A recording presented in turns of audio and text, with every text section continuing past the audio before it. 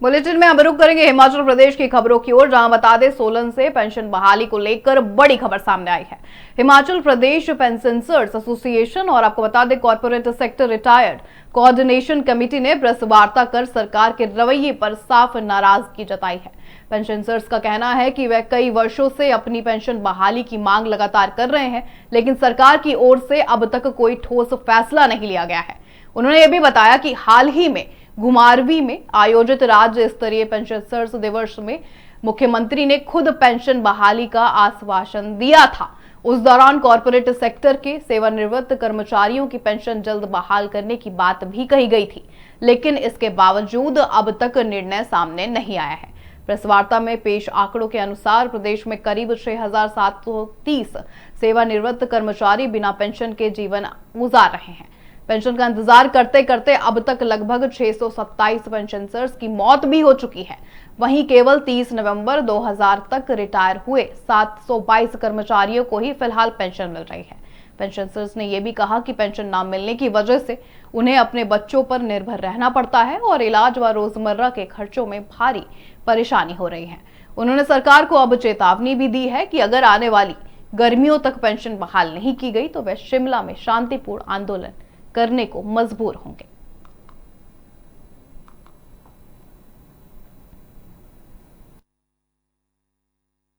मांग तो विशेष का हमारी पेंशन ही रही है पिछले काफी सालों से, और आज भी इसी पेंशन के मुद्दे पर ही हमारी यहाँ मीटिंग है जो अभी चली रही थी। इस बीच में आप लोगों का आगमन हुआ, तो आप लोगों के माध्यम से फिर भी सरकार से प्रार्थना कर रहे हैं कि हमारी पेंशन शीघ्र बहाल करने की कृपा करें। और हमने माननीय मुख्यमंत्री महोदय से अभी घुमारी में जो राज्य स्तरीय पेंशन डे मनाया गया था, वहां माननीय मुख्यमंत्री मुख्य अतिथि थे, वहां मैं स्वयं भी गया था और मैंने उनसे अनुरोध किया था कि पेंशन बहाल करें। उन्होंने पूरा मंच के अपने वक्तव्य में भाषण में ये कहा था कि हम बहुत शीघ्र कॉर्प सेक्टर की पेंशन बहाल करेंगे। तो अभी तक तो कोई अमल उस पर दिखाई नहीं दिया। बुलेटिन में रुक करेंगे अब अगली खबर नाहन से आ रही है। बता दें पूर्व मंत्री और बीजेपी विधायक सुखराम चौधरी ने यह साफ कहा है कि 1 फरवरी को पेश होने वाला केंद्र सरकार का बजट विकसित भारत की दिशा में एक मजबूत कदम साबित होगा।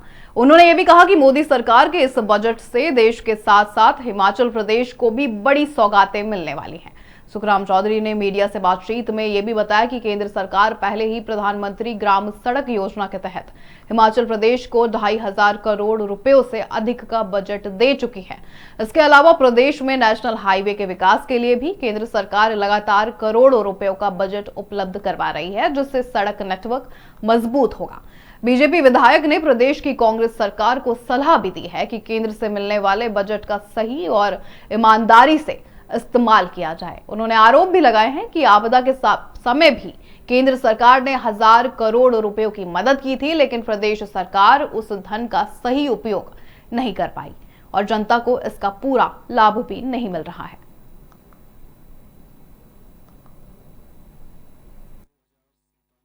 दो 2047 तक विकसित भारत की दिशा में मजबूत कदम। आने वाला जो 1 फरवरी को बजट पेश होगा उसमें केंद्र की सरकार जरूर उठाएगी। जो विकसित देश है उनकी मनमानी का वैश्वीकरण के अंत का संकेत और स्वदेशी को आगे बढ़ाने की प्राथमिकता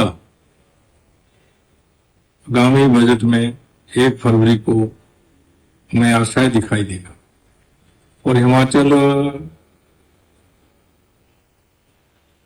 को भी केंद्र की सरकार विशेष सौगात देगी।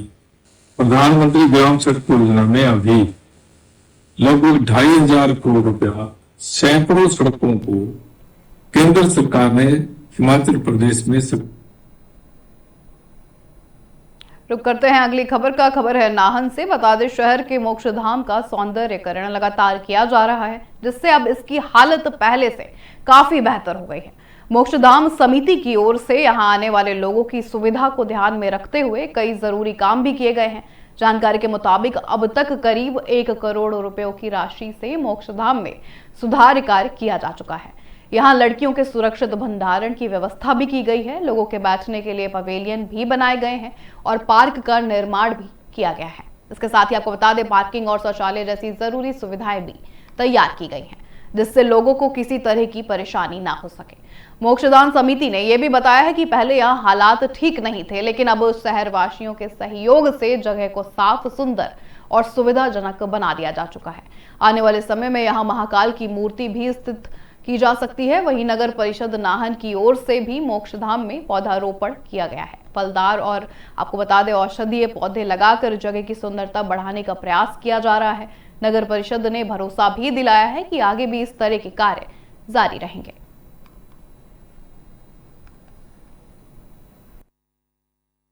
हमने लगभग फरवरी में मोक्षधाम नाहन विकास समिति बनाई थी। इसका मन में वैसे आया कि बहुत बुरा हाल था वहां पर, लोग बोलते थे यहाँ बहुत बुरा हाल है, तो मन में आया चलो पहले इसको लकड़ी को मैनेज किया सारा, उसके बाद हमने इसकी रिटेनिंग वॉल स्टार्ट करी और पानी का जो मेन निकासी थी उसके लिए हमने लगभग 300 मीटर की रिटेनिंग वॉल्स लगाई हैं, जो कि खाले में और साइडों में 300 मीटर की। और फिर इसके बाद हमने इसके बाद का लकड़ी के लिए एक शेड बनाया जो कि 4 लाख का बनाया, जिसमें लकड़ी रखते हैं, वो सूखी लकड़ी लोगों को मिलती है, लकड़ी को फाड़ने का पूरा प्रावधान किया गया है इसमें। उसके बाद फिर हमने खाले का निर्माण किया। खाले के बाद हमने इसके स्टोर को तोड़ के द्वारा नया स्टोर पहले बना चुके हैं हम उसको। अब हम एक नया पवेलियन बना रहे हैं बैठने के लिए, लगभग 300 लोगों के लिए बैठने का पवेलियन बन रहा है वो, और लगभग उसकी 20 से लेकर 22 लाख रुपए तक फिनिशिंग का आएगा, जिसमें से हम 12-13 लाख का काम उसमें एग्जीक्यूट कर चुके हैं। ये आज हमने यहाँ पे नगर परिषद का जो शमशान घाट है, जो कभी बहुत खराब हालत में हुआ करता था, आज आप इसकी हालत देखिए कितनी सुंदर हालत हो गई है।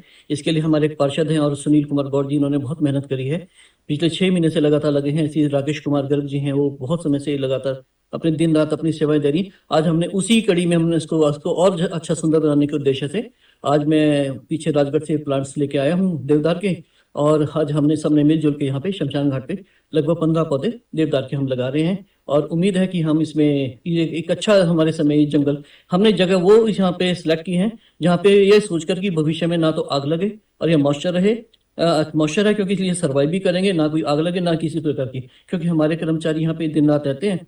तो उम्मीद है इनको भी हमने कहा है और आगे इनसे भी उम्मीद यही रहेगी कि इसकी लगातार अपनी देख रेख करें।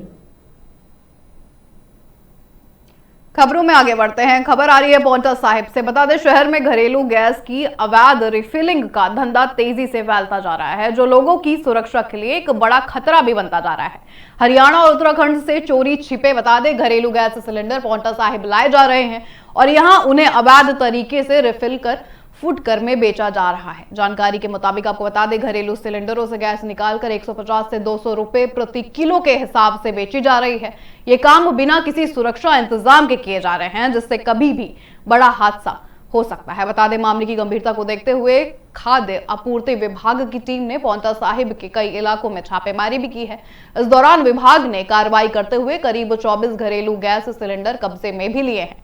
साथ ही खाद्य आपूर्ति विभाग के अधिकारियों ने यह भी बताया है कि उन्हें लंबे समय से इस अवैध कारोबार की शिकायतें मिल रही थी।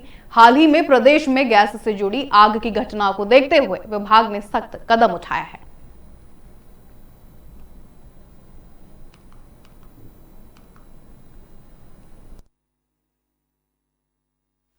पिछले हमें लगभग 15-20 दिनों से लगातार जो है कंप्लेंट्स मिल रही थी कि कुछ लोग जो है डोमेस्टिक सिलेंडर्स का अवैध रूप से स्टोरेज और उसकी सेल कर रहे हैं।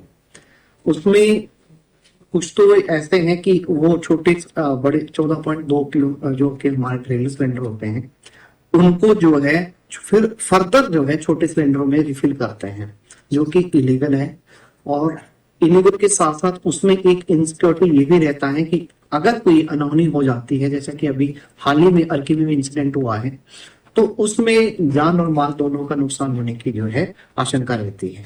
तो उस कड़ी में हमने कुछ कार्रवाई की है अलग अलग क्षेत्रों में, जैसे कि कुंजा मंत्रालय है, गोविंदपुर है और प्रॉपर पांवटा है। यहाँ लगभग हमने 4-5 ठिकानों में जो है 24 घरेलू सिलेंडरों की जब्ती की है। फर्दर कार्रवाई के लिए, क्योंकि इसमें जो केस जो है वो मजिस्ट्रेट के पास लगता है, तो हम एसडीएम साहब के पास जल्दी जो है इन सभी केसों को जोड़